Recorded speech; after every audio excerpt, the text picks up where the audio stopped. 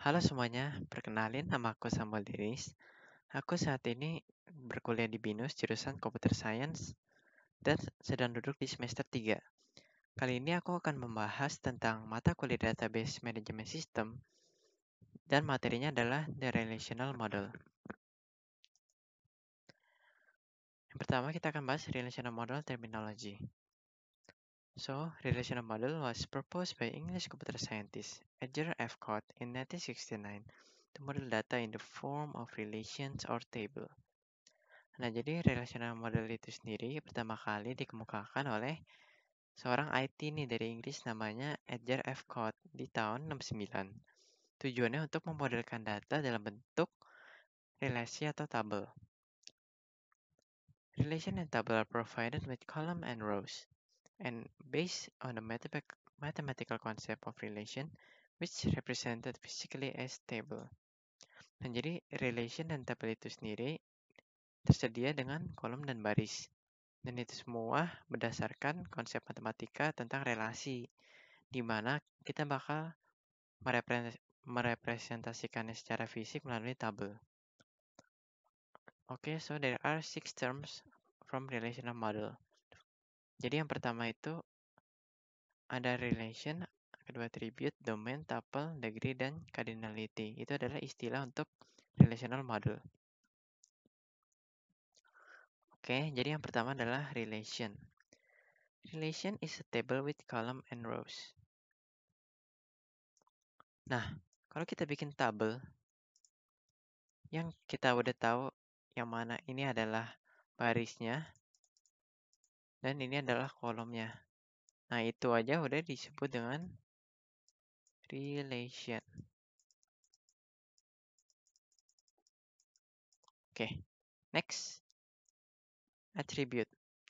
Attribute is a named column of a relation. Nah, jadi atribut itu kolom yang ada namanya dari suatu relasi. Nah, dari relasi ini, tabel ini, yang namanya atribut itu yang ada di sini. Set, set, set, itu namanya atribut. Biar nggak rancu ya, atribut itu tadi berarti yang punya nama. Nah, untuk contoh referensi, aku pakai gambar-gambar ini, di mana atributnya udah ada tersedia di masing-masing kolomnya. Nah, 1, 2, 3, 4, 5, 6. Nah, ini semua namanya atribut.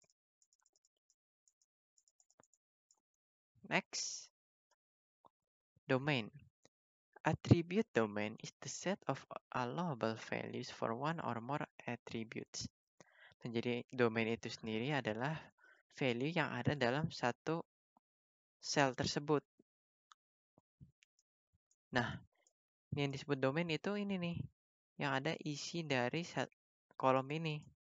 Dari semua kolom ini sampai ke ujung sini. Nah, itu yang dinamain nama domain.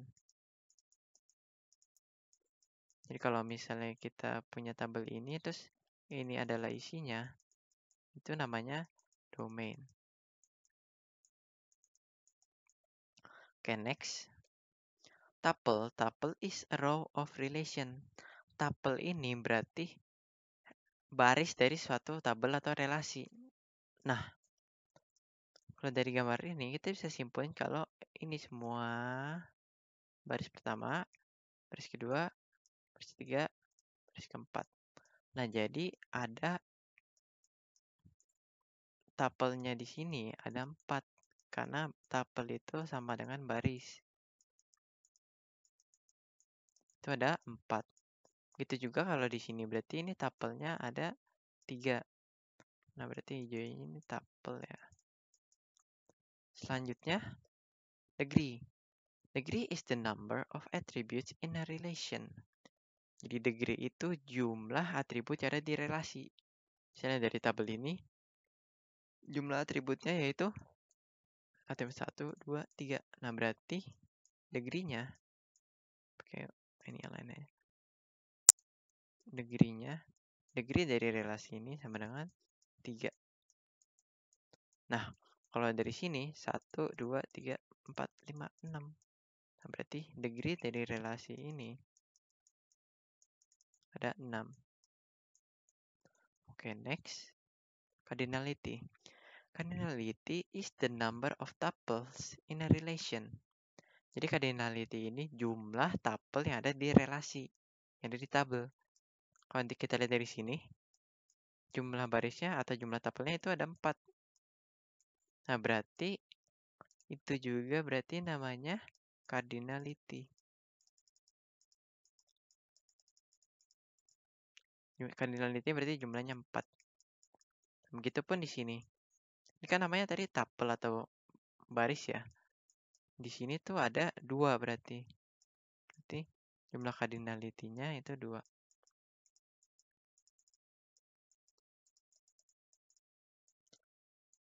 Oke, next. Mathematical definition of relation. Definisi matematis dari relasi. A relation between two sets is a collection of ordered pairs containing one object from each set.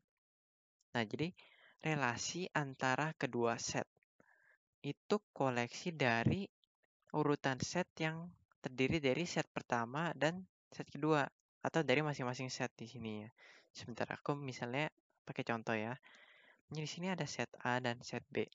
Set A terdiri dari 2, 4, dan set B terdiri dari 1, 3, 5. Nah, hasil perkalian dari antara set A dan set B, kalau di mana elemen pertamanya itu A dan elemen keduanya itu B, akan menghasilkan relasi. Misalnya nih, kita kayak kali pelangi aja ya. 2, 1, 2, 3, 2, 5. 4, 1, 4, 3, 4, 5. Nah, setiap subset atau hasil perkalian dari kedua set ini, karena dia berurutan masing-masing adalah misalnya 2 ini dari set A dan 1 dari set B, maka semua dari ini itu disebut dengan relation atau relasi. Oke, next. Database relations. Nah, jadi database itu punya relasi. Nah, pertama kita tahu dulu istilahnya. Yang pertama, relation schema. Relation schema itu name relation defined by a set of attribute and domain name pairs. Nah, jadi relation schema itu nama dari satu relasi yang ada isinya atribut sama domainnya. Nah, nggak usah pusing, jadi secara nggak langsung. Misalnya dari contoh ini, terlalu berantakan bentar ya. Dari contoh ini, dari satu tabel ini, itu namanya relation schema, karena dia punya nama student. Ini semuanya relation schema.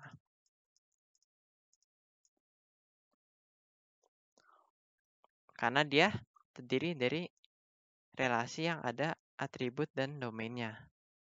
Yang kedua, relational database schema. Set of relation schema, each with distinct name. Jadi yang kedua itu relational database schema. Nah, itu adalah gabungan dari beberapa schema, tapi punya nama yang beda. Nah, berarti ini kan juga termasuk nih, relation schema. Nah, tapi karena yang satu namanya student, satu namanya student course, nah ini namanya merupakan relational database schema. Oke, kita lanjut. Nah, jadi sekarang properties of relation. Nah, jadi dari relasi itu sendiri, dia punya properti masing-masing nih. Kita bahas satu-satu ya. Yang pertama, the relation has name that is distinct from all the names in relationship schema. Jadi setiap relasi, setiap tabel, punya nama yang beda dari tabel lainnya. Nah, misalnya kita balik lagi ke contoh ini tadi.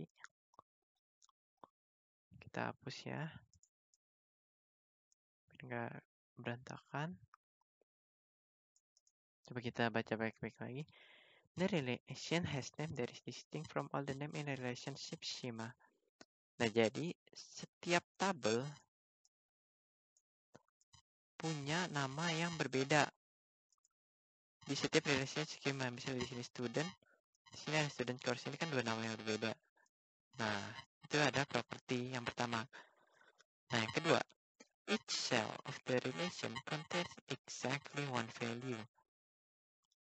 Jadi setiap sel ini tuh kayak isinya ya. Setiap sel dari relasi itu punya satu value. Misalnya di sini student number 1. Kita nggak boleh nulis 1, 2, 3 gitu. Nah, itu nggak boleh. Jadi itu propertinya, Jadi itu property of relation yang kedua. Ketiga, each attribute has distinct name. Setiap atribut punya nama yang berbeda. Kita lihat dari contoh ini. Dari tabel yang pertama ini, kita tahu kalau atributnya ini total ada 6. Semuanya punya nama yang beda. Satu number, name, phone, dan seterusnya. Nah, itu nggak boleh sama. Itu property of relation yang ketiga. Yang keempat, each tuple is distinct. There are no duplicate tuples. Nah, jadi setiap data dalam tuple ini, misal yang bawah nih. Ini kan tuple itu kan baris kan. Sorry, kok ganti warna. Jadi setiap baris itu value-nya nggak mungkin sama antara baris pertama, kedua, dan ketiga. Misalnya ini number 1, C1, dan DBMS. Kalau misalnya di sini kita mau kasih data yang sama 1, C1, DBMS. Nah, itu melanggar property of relation yang keempat tadi. Nah, jadi makanya dia punya unique atau distinct nih, beda nih setiap tuple nih. Terus yang kelima, the order of attribute has no significance. Nah, jadi urutan dari atribut ini nggak dipermasalahkan ya, nggak ada masalah. Dan the order yang keenam, the order of tuple has no significance. Jadi urutan ini juga nggak ada masalah secara teoris ya. Oke, kita lanjut. Selanjutnya kita akan membahas tentang relational keys. Oke, untuk memudahkan pemahaman kita akan bahas mulai satu-satu dari super key. Kenapa aku mau bahas super key? Karena akan lebih memudahkan kalian. Sorry, sebentar, aku hapus.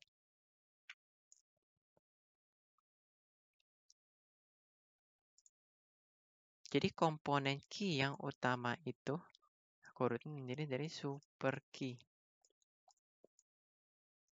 Tapi sebelumnya kita harus tahu kalau masing-masing ini itu merupakan candidate key.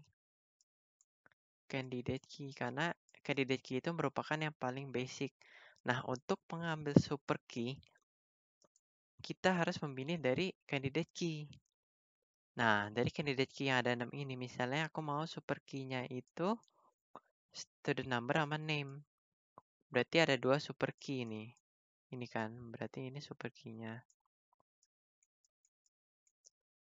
Oke, selanjutnya super key itu set of attribute which can uniquely identify tuple. Nah, jadi super key itu set dari atribut yang bisa mengidentify satu tuple atau baris. Nah, jadi super key ini bisa terdiri dari lebih dari satu. Oke, yang kedua, candidate key.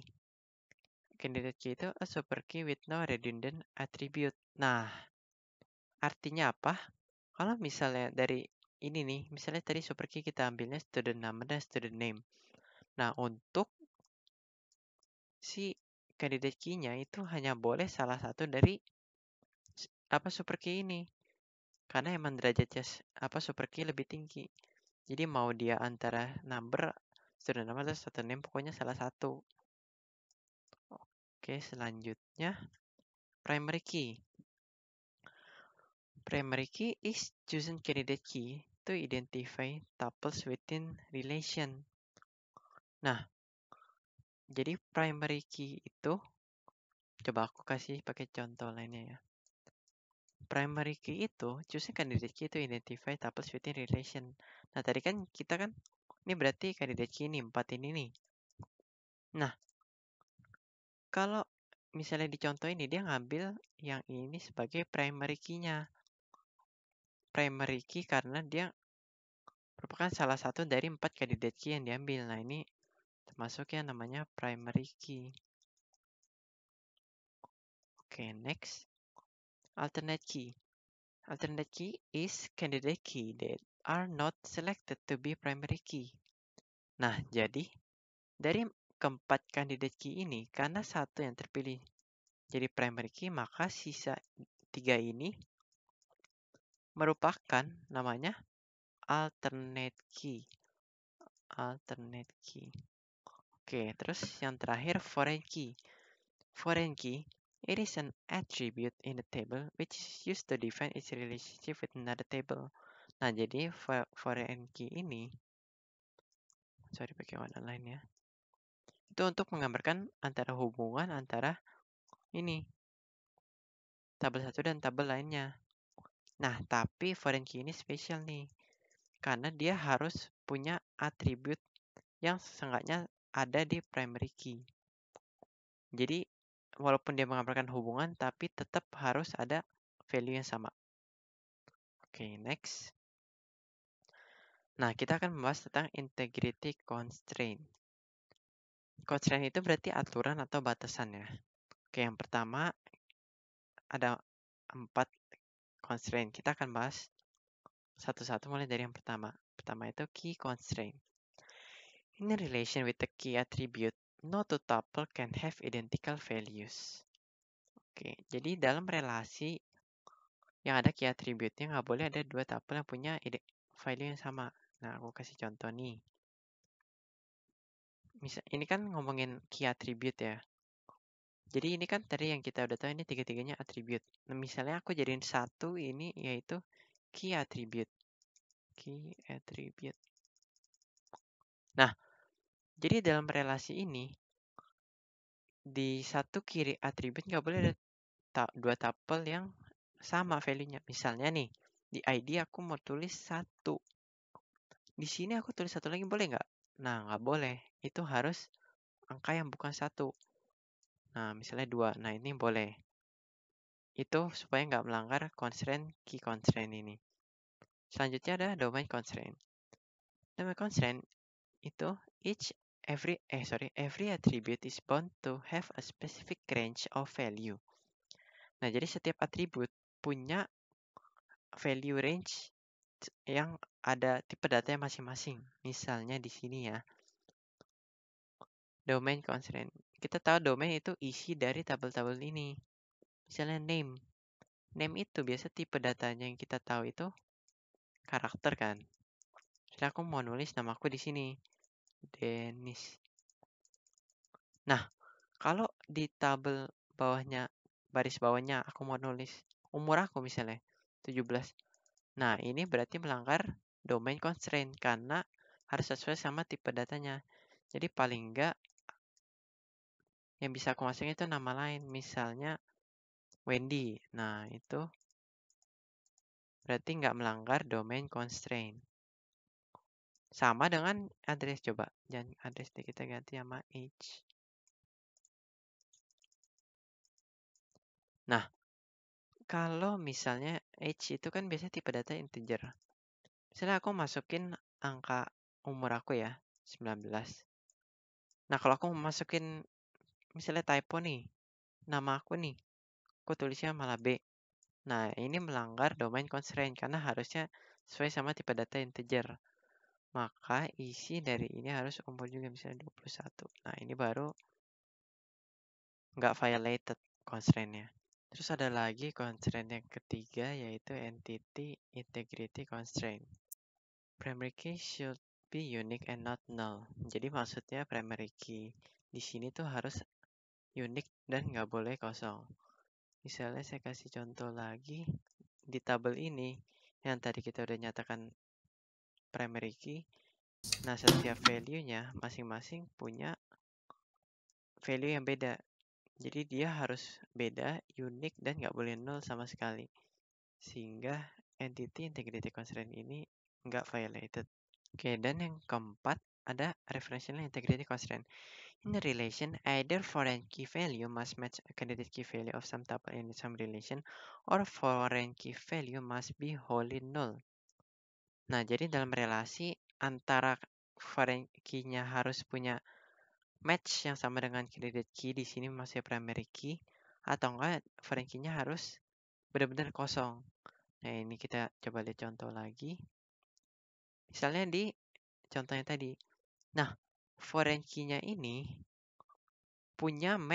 harus punya match sama primary key-nya. Misalnya di sini B005. Di brace number antara primary dan foreign key itu sama. B007 juga ada, dan B003 ada juga. Nah, berarti referential integrity constraint ini berarti nggak violated ya. Oke, jadi sekian tentang pembahasan bab tentang relational model. Mohon maaf apabila ada kesalahan kata. Terima kasih.